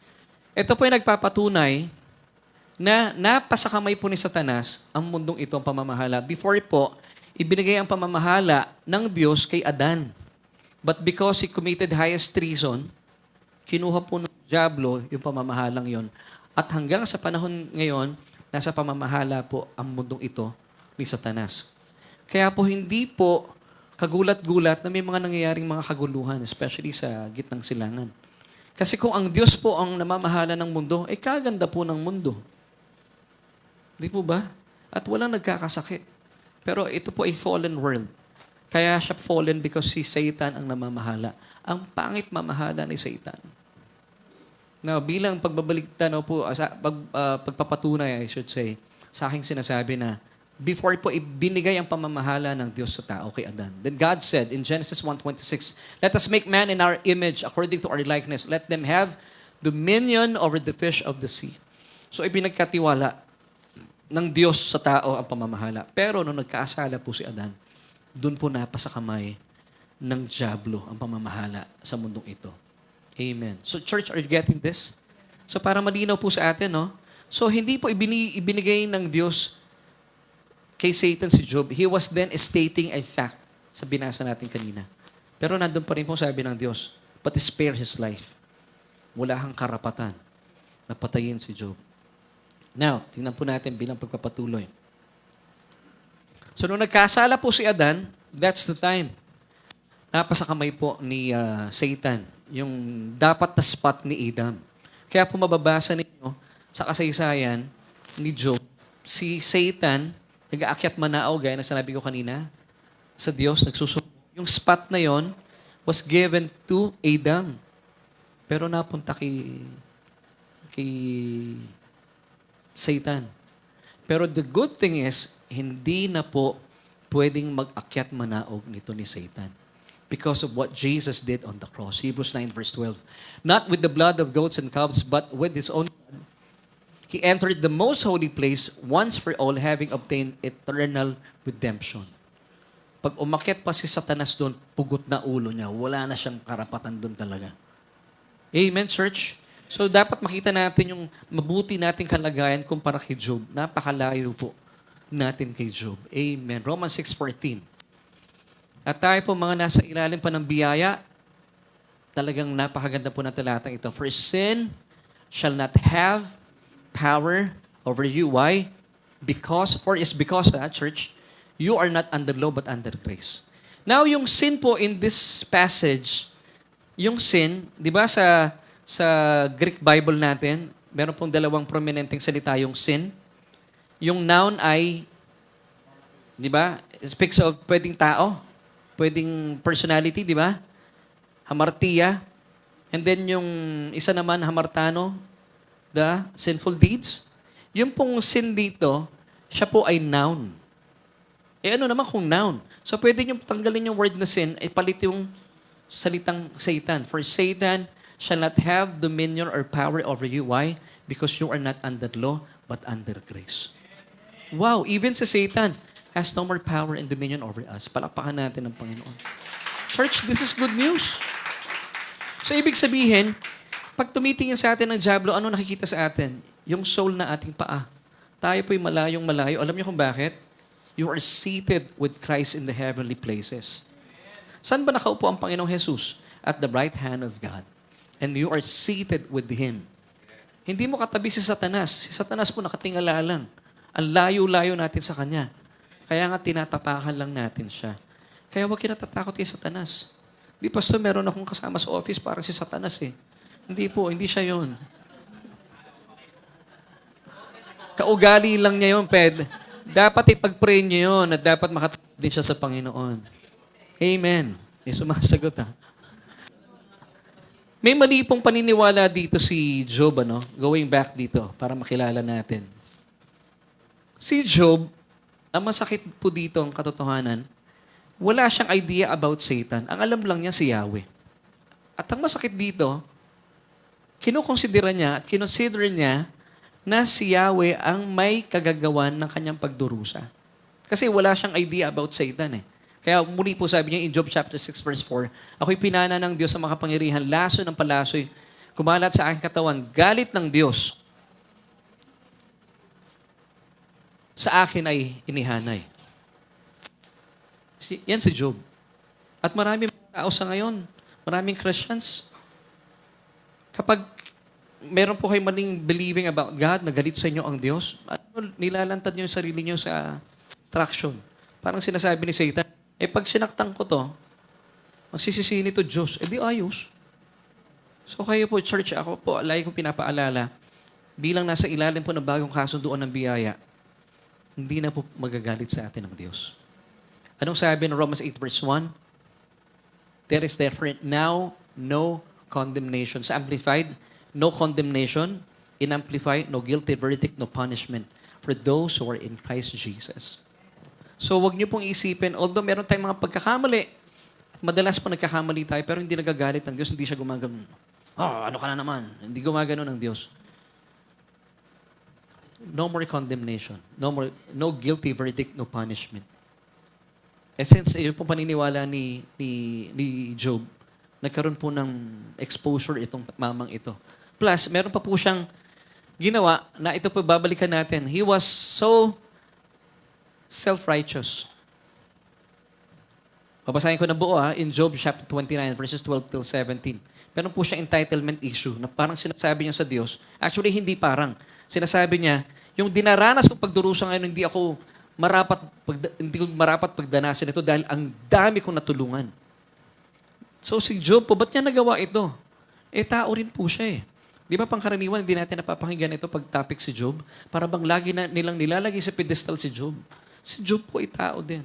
Now let me give you these verses. Bilang patunay na meron siyang self-entitlement issue. Sapagkat, let's start with verse 12 ng Job chapter 29. Tinulungan ko ang dukha sa kanilang pangangailangan. Dinamayan ko ang mga ulilang wala nang mapuntahan. Di ba? Talaga naman. Medyo mayabang itong si Job. Pinupuri ako ng mga dumanas na kasawian. Natulungang mga byuda sa tuway, nag-aawitan. Di ikaw na, Kuya Boy. At ang lagi kong adhikain, katarungan at katuwiran ay siyang pairalim. Pwedeng tumakbo sa 2028 si Job. Pwedeng alternatibo, ano? Para sa mga bulag, ako'y nagsilbing mata. Grabe, ano? Yan si Job. At sa mga pilay, ako ang kanilang paa. Di ikaw na. Nagsilbi akong ama ng mga mahihirap. Kahit di ko kilala, ay aking nililingap. Ang lakas ng masasama, aking sinisira. Ang kanilang mga bihag, sinikap kong mapalaya. Daig pa niya si Tanggol.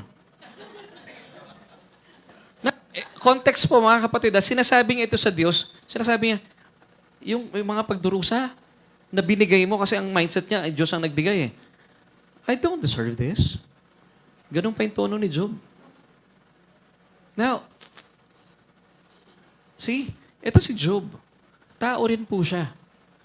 Pero sa kabila po nun, nakita niya ang pagkilos ng Diyos. Na sa kabila po ng kanyang kakulangan, at sa kabila ng kanyang kayabangan, inamin po niya, nagkaroon siya ng repentance. Nagkaroon siya ng pagpapalit ng isipan. At mula po doon sa pagpapalit ng isipan at nakita niya kung gaano kadakila at mahal siya ng Diyos. Despite the fact na hindi po siya kabilang sa anumang covenant.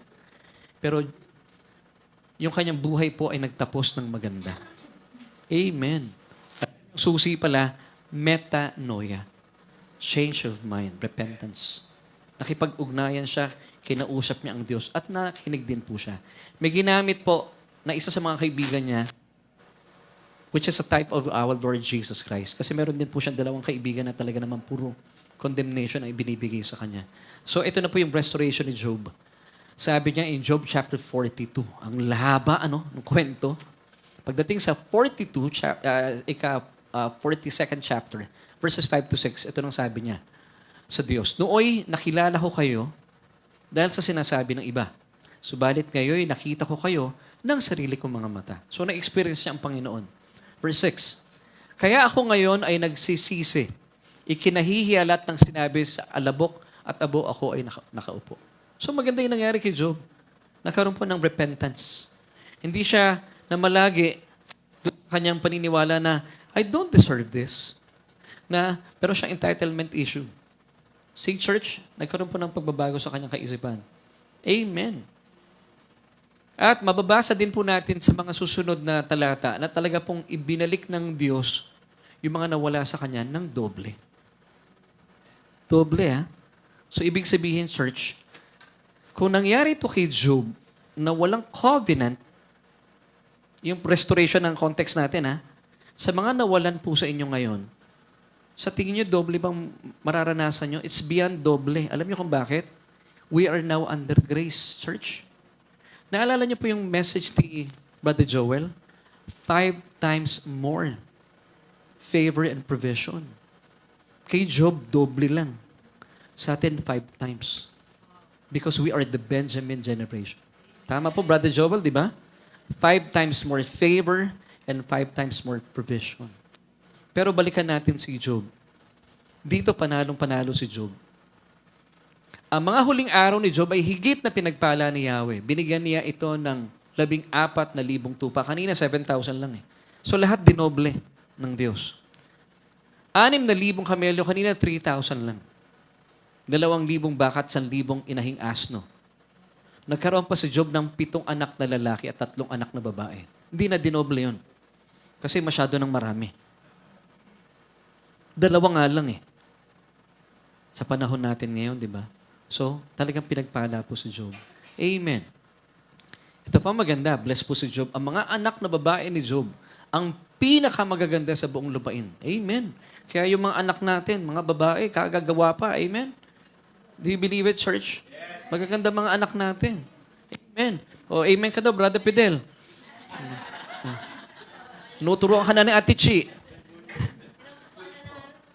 Oo nga, kailangan paalalahan. Amen, Brother Fidel? Ang mga anak ng babae ni Job ang pinakamagaganda sa buong lupain.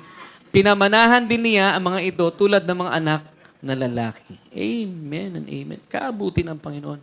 Now, let me ask the church before we end. Sa tingin niyo, gaano katagal po yung pagdurusa ni Job? It was only 9 months. Maigsi lang. Pero alam niyo po, gaano katagal na buhay si Job? 140 years. Mas mahaba yung buhay na masaya. So, ibig sabihin, pag dumarating po yung mga problema sa atin, maigsi lang. Pero yung masasarap na buhay, mas mahaba. Amen. Job 42, verses 16 till 17. After this, Job lived 140 years, and so his children and grandchildren for 4 generations. So, if Jesus tarries, kung hindi pa po siya magbabalik for the rapture of the church, 4 generations ang aabuti natin. Depende po ito sa inyo. Verse 17, so Job died old and full of days. Ito yung uri ng tao na umuwi sa Panginoon pero sabi niya, natikman ko ang buhay. Hindi pong nagsisisi, bakit ang iksi ng buhay ko? Hindi po. Tayo, if Jesus tarries, hindi pa po siya bumalik for the rapture, yung buhay natin ay declare. Tayo po mga nasa biyaya. Yung bang tipong, ikaw na magre-request sa Panginoon, Lord, okay na ako sa lupa. Gusto ko nang umuwi sa'yo. Do you believe it, church? Pero syempre, ang ating pong isipan, rapture, rapture, rapture. Amen and amen. Going back to our question, did God allow Satan to harm Job? Well, ang atin pong solution, and this is our answer, no. Because God is not the author of evil. It's Satan. Do not be confused. Amen. True to think about. God, pwede mong basahin natin na sabay-sabay, church? 1, yung you dito, gawin nating me. Okay, church? 1, 2, 3. God is for me. Satan is against me. God loves me. Satan hates me. God wants me well. Satan wants me sick. God is good. Satan is not. So wag natin pagtatagpuin sila dahil talagang hindi po sila pwede magkasundo. Ang naisin lang po ng Diyos sa atin, ang pinakamabuti para sa atin, God wants what's best for you. Do you believe it, church? At sa mga nanonood online, please type Amen. Now, let me give you this verses and then we'll end. Sabi ng 2 Corinthians chapter 1, verse 20, for as many as are the promises of God, gaano po ba karami? Kadami ng promises ng Diyos sa atin. In Christ, they are all answered yes. So through Him, we say our amen to the glory of God. So church, from Genesis to Revelations, lahat po ng promises ng Panginoon, it belongs to you. Anong sasabihin po ninyo? Amen. Yes and amen. Ulitin natin, all the promises of God from Genesis to Revelation in Christ are yes and amen. Believe it, church. And then, Hebrews 6:14. This is God's heart for you, church. Saying, surely blessing, I will bless you, and multiplying, I will multiply you. Ito ang puso ng Diyos. Nakakatuwa ang Diyos because we have a good God. And He is our Abba. Amen. He wants you much more. Amen. This year, palakpakan natin ang Panginoon. Palakpakan natin ang Panginoon. So, who caused Job's sufferings? Hindi po ang Diyos. Because gusto ng Diyos, He wants to bless you and multiplying, He multiplies you. So, church, ngayong 2026, abangan niyo po yung mga bagay na huwag kayong mag-aabang ng mga negative. Huwag kayong maging overthinker ng mga masasamang bagay. Kagaya ni Job, expectant ng mga masasamang bagay. Pag may mga dumating na pangit, sabi mo lang, i-dismiss mo lang. Hindi yung sinasabi, sabi ko na nga ba eh. Huwag ganun ang galaw, ha? Kasi pag ganun ang galaw, may ibig sabihin, kino-confirm mo, ina-affirm mo na, sabi ko na nga ba eh. Lunes. Hindi ganun. Pag hinarap natin ang buhay, expect na tayo, Lord, naniniwala ako, I'm blessed. I'm blessed. Kaya hindi tayo na-stress. Amen? Hindi ka lang greatly blessed, highly favored. Hindi ka lang highly favored. You are deeply loved by your Abba. Hindi ka lang basta mahal ng Diyos. Sobrang mahal ka ng Diyos. Bakit kanya pababayaan? Ba't kanya iiwanan? Kung si Job nga, hindi niya pinabayaan eh. Walang covenant, church. Tayo pa kaya? We are now under the new covenant of pure grace. That's the truth, church. Ganon tayo pinagpala at minamahal ng Diyos. Palakpakan natin ang Panginoon. Woo! Praise God. Thank you, Lord. And gusto ko muna kausapin ng mga kababayan natin. Kung kayo po ay gusto nyo tanggapin ang ating Panginoon Hesukristo at maranasan po ang buhay na ganap at kasiyasiya. Kasi kung wala po kayo sa pangangalaga ng Diyos, kayo po ay nasa pangangalaga at hindi ko iaalagaan ni Satanas. Hindi naman pwedeng alagaan ni Satanas. Ibig sabihin, kayo ay nasa kanyang mga kamay at hindi po magandang kwento yun. Now, gusto nyo makaalis sa kamay ng kalaban dahil siya po ang Diyos ng mundong ito.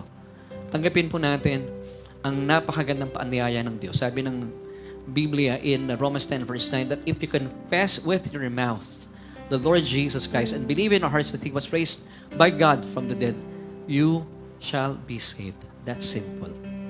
Kabait po ng Diyos. Amen. So, pray this prayer with me. Sabihin niyo po ito mula sa inyong puso. O Diyos, kinikilala ko na ako'y isang makasalanan at malayo sa inyo sadyang wala po akong magagawa para iligtas sa aking buhay. Kaya naman, sa oras pong ito, tinatanggap kita Jesus bilang aking Panginoon at tagapagligtas. Dahil naniniwala po ako sa iyong kamatayan sa krus ng Kalbaryo, winakasan ang kasalanan ko. At makalipas ng 3 araw, ikaw ay nabuhay na maguli mula sa kamatayan. Bilang patunay na ako, O Diyos, ay minamasdan mo at tinuturing mong matuwid sa iyong harapan. Salamat po sa iyong kaloob na kaligtasan at sa buhay na walang hanggan. Salamat po na aking pangalan ay nakasulat na at hindi na kailanman mabubura pa sa aklat ng buhay. Dahil kay Kristo Jesus. Amen at amen. Congratulations! Welcome to the family of God. Amen. Tayo tayo, church. At samahan niyo rin po kami kung gusto niyo tumayo sa inyong mga tahanan. Tayo po muna ay umawit sa ating sandigan. Buti na lang, narin po ang ating Panginoon. Ang ating dakilang sandigan.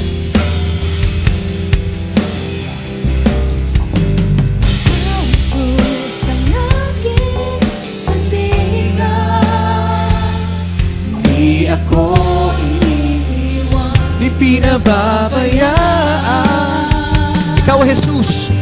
Ikaw, Jesus. Jesus ang aking Oh, salamat po. sandigan. Sa iyong kamay, ako'y ligtas. Kailan pa man. Ikaw, Jesus, ang aking sandigan. Oh, hallelujah. Salamat, Panginoon.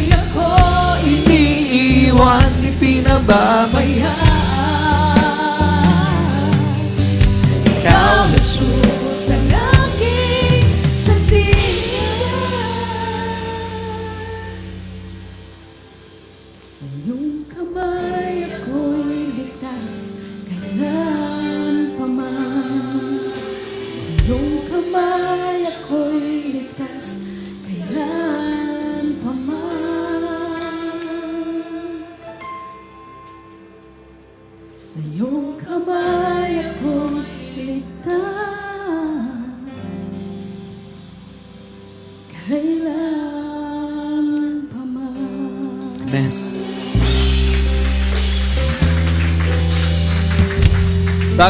Bago po tayo manalangin, totoo po yung sinasabi ng song at gusto ko pong pagyamanin po ito na mabilisan lang. Muli po, ito po ay isang katotohanan na dapat natin panghawakan. Yung po mga masasamang pangyayari na naranasan ni Job, kailanman hindi po mararanasan ito ng mananampalataya. Sabi po ng John 3:16, at alam ko marami po mga mananampalataya kabisa dito, for God so loved the world that He gave His only begotten Son, that whoever believes in Jesus, wala pa pong Jesus sa panahon ni Job. Kaya sabi ni Job, kung meron lang mediator between me, hindi ko sana mararanasan ito. But in our time today, 2,000 years ago, meron po namagitan sa atin at ng Diyos. And that's why sabi po Lino Talata, whoever believes in Jesus will never perish. Hindi po ginamit na will not perish. Will never. It's a double negation. Will never. Ume in Greek. Will never perish. So kung kayo po ay nanampalataya sa Panginoon, hayaan mo maging sandigan mo ang Panginoong Jesus sa mga panahon kayo po ay nahihirapan. Minsan, kaya po natin dinararanasan maging sandigan ng Diyos, pinapangunahan natin siya by our self-righteousness. But this time, church, kung kayo po ay nahihirapan, hayaan niyo magpakasandigan sa inyo ang Panginoon. At tayo po ay mananalangin, ibigay mo sa Diyos ang pagtitiwala mo, sabihin mo sa Kanya, Panginoon, nabibigatan ako. Panginoon, ang dami kong dinadalang problema. Panginoon, wala akong masandalan. Turuan mo akong sumandig sa inyo. para mawala na po yung ating mga pag-aalala, pangamba sa buhay. Pwede po ba yun, church? Muli po sabi ng 1 Peter chapter 5 verse 7. Cast your cares upon Jesus. Why? Because He cares for you. Ano man panalangin, kung meron po kayo mga ipinapanalangin this week, bigyan natin sa Panginoon. At kung ano man pong kalalabasan ng mga ipinanalangin nyo, believe that He knows what's best for you. Huwag po kayo ma-disappoint. He knows what's best for you. Now, kaya kayo nahihirapan, pilit nyong pinapasan niyon. Pero sabi muli ng Panginoon, cast your cares upon Jesus because He cares for you. He knows what's best for you. So, pwede po ba natin gawin yung gesture na ito? Gumanito po tayo. And then, as we pray mamaya, bibigyan natin, papakawalan natin yung worries natin sa Panginoon. Pwede po ba yan? Well, let's pray. I'll be praying for you. Aba, salamat po sa mensahe mo binigay sa amin ngayon. Na kung ano po yung nangyari kay Job, hindi namin mararanasan. Because Lord, we are now under the new covenant of pure grace. At Panginoon, bilang tao, gaya ni Job, may mga hirap po kami sa aming mga buhay sa araw-araw. At dahil po sa mga kaganapan sa gitnang silangan, ito po ay may domino effect sa aming mga buhay. But Lord, sa mga kapatid po namin, even to those who are watching online, marami pong mga takot at pag-aalala. Ito po'y tangan-tangan namin ngayon. Kaya naman, O Diyos, dahil sabi mo sa iyong salita, cast your cares upon me because I care for you. Kaya ngayon pala, aming Diyos, aming Ama, ibinibigay na po namin ang lahat ng kabigatan ito. Mga kapatid, bigay natin sa Panginoon ang kabigatan ito. Panginoon, sa inyo na po iyan. Hindi namin papasanin. Naniniwala kami kayo pong aming sandigan. At kapag kami po'y nakasandig sa inyo, kapahingahan at kalayaan ang aming mararanasan. Maraming salamat po. At O Diyos, lagi ko po sa mga nanonood sa amin, even online, Panginoon. Ano man pong kanilang mga daladalahin sa buhay, sakit, karamdaman, kakulangan, salamat po. Ibinigay mo na sa amin ang lahat.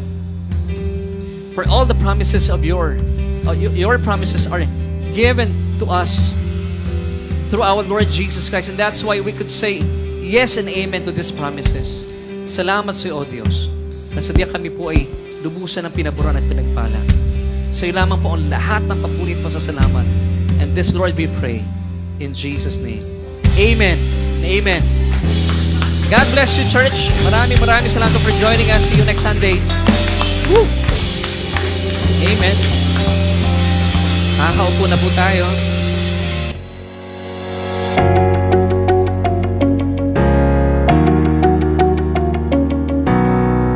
Amen! Thank you, Lord, sa panibagong revelation na ibinigay niyo sa amin for today. Naku, napakarami kong natutunan. Ikaw ba? Let us know in the chat box kung ano yung mga favorite takeaways mo at ano yung mga nagrema sa iyo from our message for today. Now, let us continue to honor and worship our Lord Jesus Christ by giving our tithes and love offering. But before that, let me remind you guys na ang inyong tithes ay para sa inyong home church. Pero kung kayo ay bago at you considered Solution Grace Church as your home church, here are the ways on how you can give. You can see in the screen on how you can give. Pwede nyo kunin ang aming account number, or kung nasa ibang bansa kayo, nasa labas kayo ng Pilipinas, pwede nyo i-scan ang QR code ng aming bank account. Thank you for being a faithful tither and a generous giver. As we give our tithes and offering to the Lord, let me pray for you. Heavenly Father, we thank you that we can give to you. In this form of giving our tithes and offering, we honor and worship you. We believe that this is not about us, but you alone. And I declare blessings and favors on us today and in the coming days and weeks. In Jesus' mighty name, amen. Thank you for joining us today on our Sunday online worship celebration. Ako po si Eman, and we hope to see you next week. Keep this in mind. You are greatly blessed, highly favored, and deeply loved by God.